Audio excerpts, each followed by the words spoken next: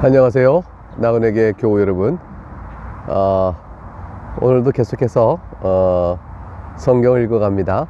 이사야 44장 주의 말씀을 맥주인 성경 읽기표 순서에 따라 살펴보겠습니다. 44장은 하나님께서 자기 백성을 부르시는 것 외에 이방인들도 또한 부르실 것임을 예언하는 말씀입니다.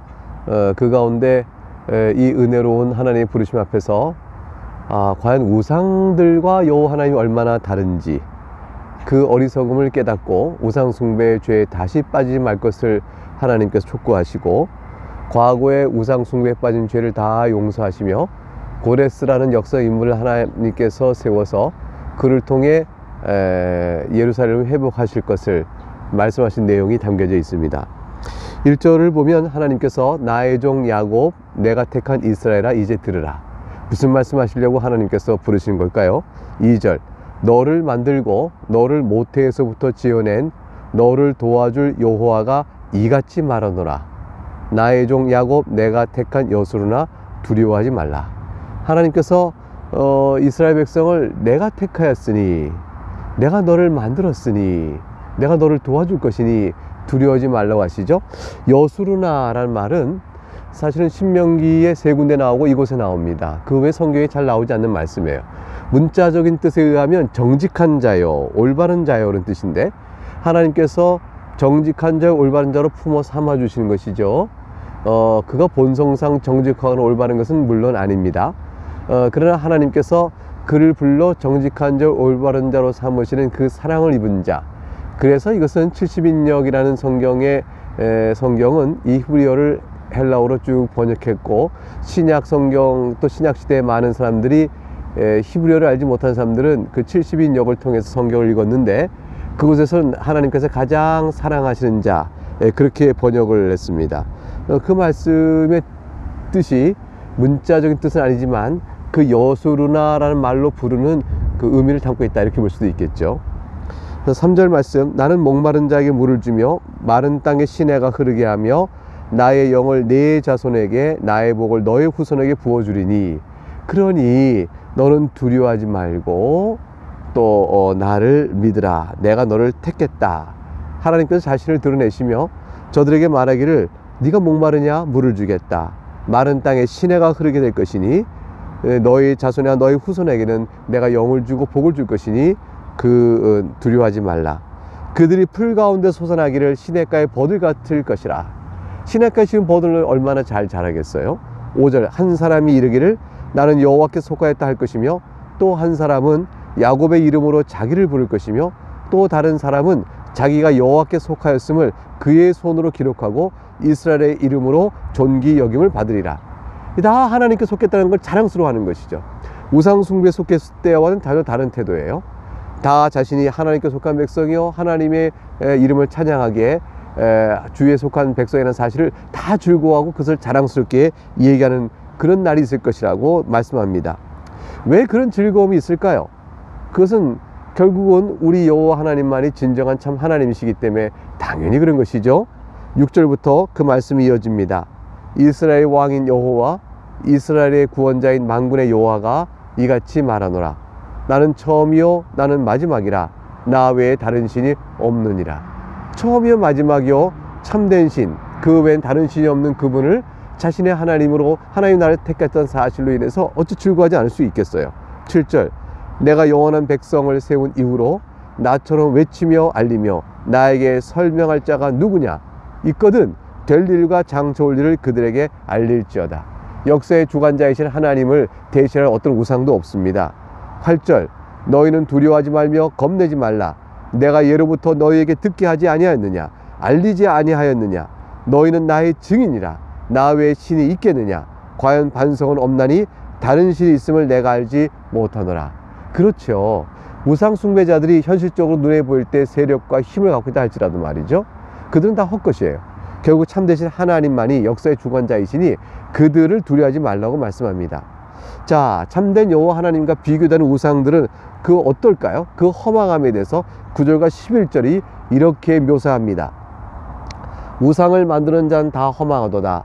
그들이 원하는 것들은 무익한 것이거늘 그것들의 증인들은 보지도 못하며 알지도 못하니 그러므로 수치를 당하리라. 10절 신상을 만들며 무익한 우상을 부어 만든 자가 누구냐. 11절 보라 그와 같은 무리들이 다 수치를 당할 것이라. 그 대장장이들은 사람일 뿐이라. 그들이 다 모여서서 두려워하며 함께 수치를 당할 것이니라. 사람인 대장장이가 만든 우상, 그 우상이 어찌 무익하지 아니하겠느냐. 그걸 믿는 자는 수치를 당할 것이라고 하나님 말씀하세요. 12절 17절은 그 우상들의 어리석음을 이렇게 조롱하면서 만드는 과정을 이렇게 재미나게 묘사합니다. 이런 우상을 너희가 신하고 믿느냐 이렇게 말씀하시는 것이죠. 12절 철공은 철로 연장을 만들고 숯불로 일하며 망치를 가지고 그것을 만들며 그의 힘센 팔로 그 일을 하나 배가 고프면 기운이 없고 물을 마시지 아니면 피로하니라. 13절 목공은 줄을 느려 재고 붓으로 긋고 대패로 밀고 곡선자로 그어 사람의 아름다움을 따라 사람의 모양을 만들어 집에 두게 하며 14절 그는 자기를 위하여 백향목을 베며 디르사 나무와 상수의 나무를 취하며 숲의 나무들 가운데서 자기를 위하여 한 나무를 정하며 나무를 심고 비를 맞고 자라기도 하느니라. 15절 이 나무는 사람이 땔감을 삼는 것이거늘 그가 그것을 가지고 자기 몸을 덮기도 하고 불을 피워 떡을 굽기도 하고 신상을 만들어 경배하며 우상을 만들고 그 앞에 엎드리기도 하는구나. 16절 그 중에 절반은 불에 사르고 그 절반으로는 고기를 구워 먹고 배불리며 또 몸을 덮게 하여 이르기를 아하 따뜻하다 내가 불을 보았구나 하면서 17절 그 나머지로 신상 곧 자기 우상을 만들고 그 앞에 엎드려 경배하며 그것에게 기도하여 이르기를 너는 나의 신이니 나를 구원하라 하는도다. 무슨 설명이 더 필요하겠습니까?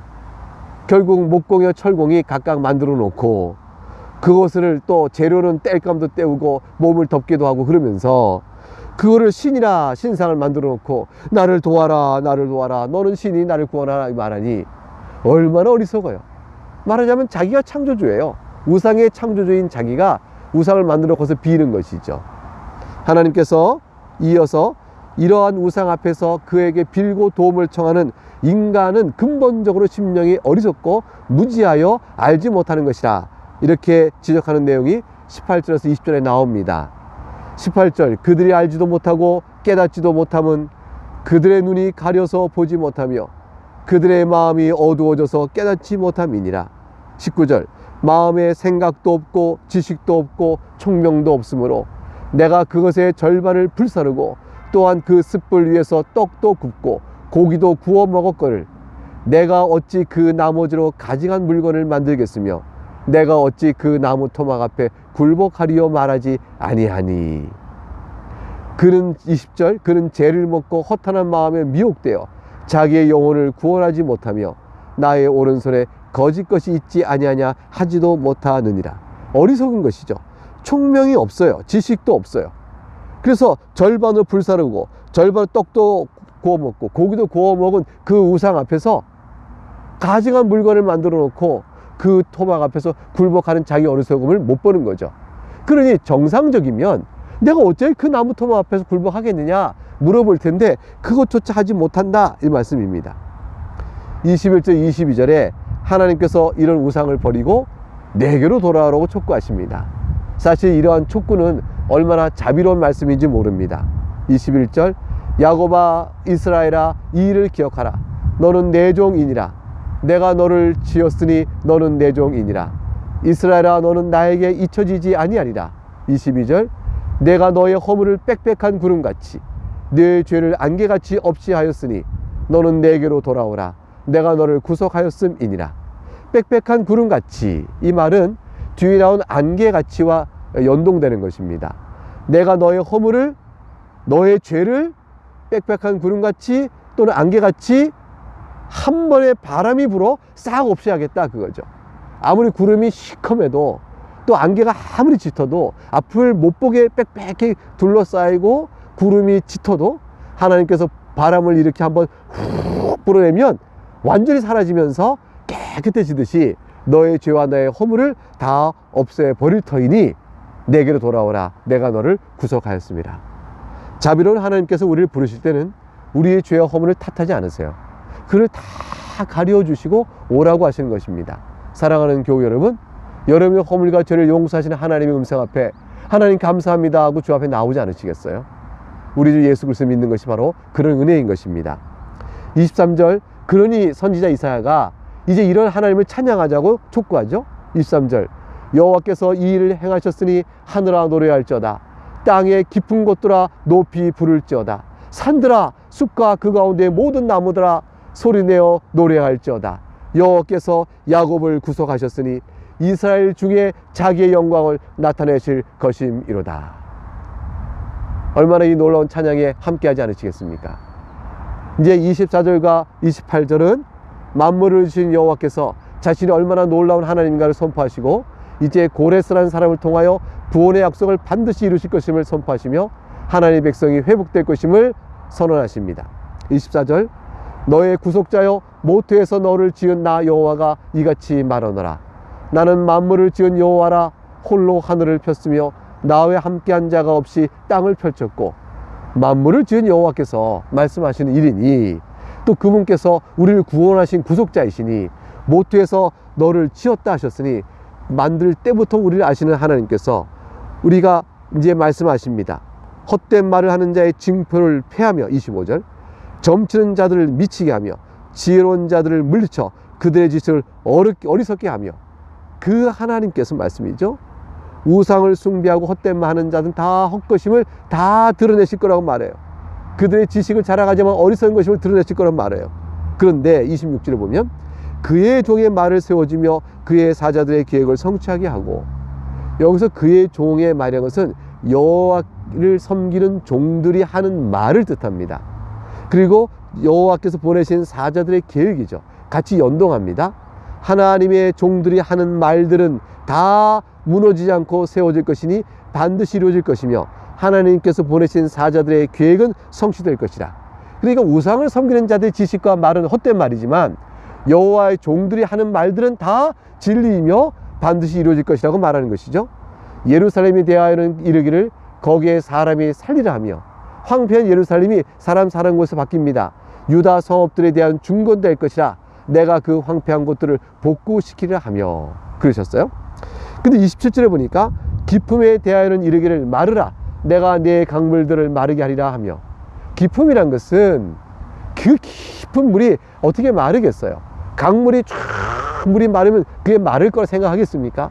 그런데 깊은 샘물도 말라버리고 강물도 하나님께서 말씀하시면 말라버리는 일들이 있을 것인즉 지금은 황폐하지만 예루살렘과 유다 성읍이 반드시 중건될 것이라고 말씀하는 거예요. 이런 말을 전하는 여호와의 종들의 말들과 여호와의 사자의 계획들은 반드시 이루어질 것이라고 말씀해 주고 계신 것이죠. 왜 그래요? 하나님께서 만물을 지으신 하나님이시거든요. 내가 홀로 하늘을 펼치신 하나님이시거든요. 그러므로 이 일들은 반드시 이루어질 것이라고 말씀합니다. 그리하여 이제 고레스가 28절, 고레스에 대하여는 이르기를 내 목자라 그가 나의 모든 기쁨을 성취하리라 하며, 예루살렘에 대하여는 이르기를 중건되리라 하며, 성전에 대하여는 네 기초가 놓여지리라 하는 자니라. 하나님께서 이 놀라운 일들을 역사 속에 고레스라는 인물을 들어 그 일들을 이루실 것입니다. 고레스라는 인물을 들어 바벨론을 무너뜨리고 바벨론에 포로됐던 예루살렘 백성, 하나님의 백성을 해방시키시며 그 이스라엘 백성들이 예루살렘에 돌아와서 다시 예루살렘을 중건하게 될 것이고 성전을 중건할 기초를 놓는 일들을 하게 될 것입니다. 고레스가 언제 있게 될 사람인가요? 이사야가 예언하고 한 150년쯤 뒤에 있는 사람이에요. 그러니까 2세기 지난 150년 뒤에 있을 사람의 이름까지 하나님께서 알려주시며 예언을 주십니다. 하나님의 계시에 의한 하나님의 말씀이 영감된 하나님의 말씀이라는 것을 알지 못하면 이 모든 일은 불가능한 것이죠. 사랑하는 여러분, 성경은 하나님의 말씀입니다. 성경에는 곳곳에 뒤에 있을 이란 예언이 많이 있어요. 예루살렘이 나중에 예수님께서 이 땅에 다시 오실, 아니 예수님께서 처음 오실 때 태어나실 곳이 베들레헴이라는 것도 성경은 이미 예언되어 있었죠. 이제 다시 오실 것도 예언되어 있습니다. 사랑하는 여러분, 성경은 하나님의 말씀이요 약속된 대로 다 이루어졌습니다. 출애굽 사건도